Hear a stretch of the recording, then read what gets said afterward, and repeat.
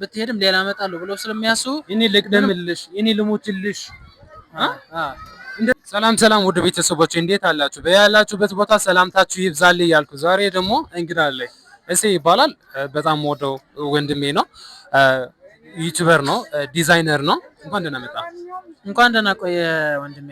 ደህና ነህ? ዛሬ አዲስ ጨዋታ አለኝ ላጫውትህ ነበረ። ጨዋታው የድሮና የዘንድሮ ይባላል ሳይሆን እዛ ያለ አስያት እንድትነግረኝ ብዬ ነው።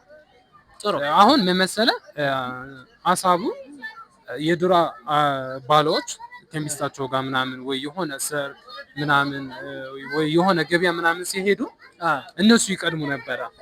ያሁን ደግሞ ስታያቸው ማለት አብረው ነው የሚሄዱት ወይ ደግሞ የተለየ ነገር እነሱ ነው የሚቀድሙት፣ ሴቶቹ ነው የሚቀድሙትና አንተ ስለዚህ ሀሳብ ምን አለ? ስለዚህ ሀሳብ ያው እኔ እንደሚመስለኝ ከሆነ እንደምሰማው ያው እንዳልከው ነው። የድሮና የዘንድሮ እንደሚታወቀው ብዙ ልዩነት አለው። ከቴክኖሎጂ ጀምሮ ብዙ ልዩነት አለው። ባህልም እየተወራረሰ ምናምን ብዙ ነገር። አሁን ወደ ሆነ ሀሳቡ ስገባ የድሮ ባሎች የድሮ አባቶቻችን ሚስታቸው ቀድመው ሲሄዱ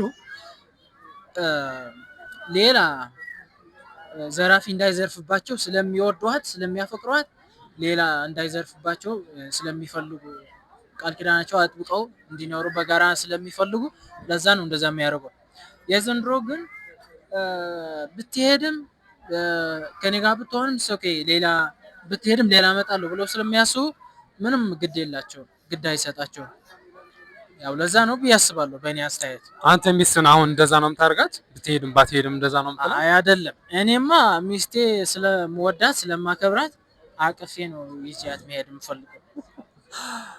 እኔ ግን ካንተ ሀሳብ የተለየ ነው ያለኝ። እኔ ሳስበው የድሮ አባቶች ሳያቸው ማለት የሆነ ነገር እኔ ልቅደምልሽ፣ እኔ ልሞትልሽ እንደዛ ብሎ በቃላት ባይናገሩ ግን በቃ እኔ ልሞትልሽ፣ በቃ እኔ ልቅደምልሽ፣ በቃ እኔ ልደፋ ምናምን ብሎ የሚያስቡ ነው የሚመስለኝ። ሳያቸው እንደዛ ነው የሚመስለኝ። ያሁን ሰዓት ሳየው ግን ማለት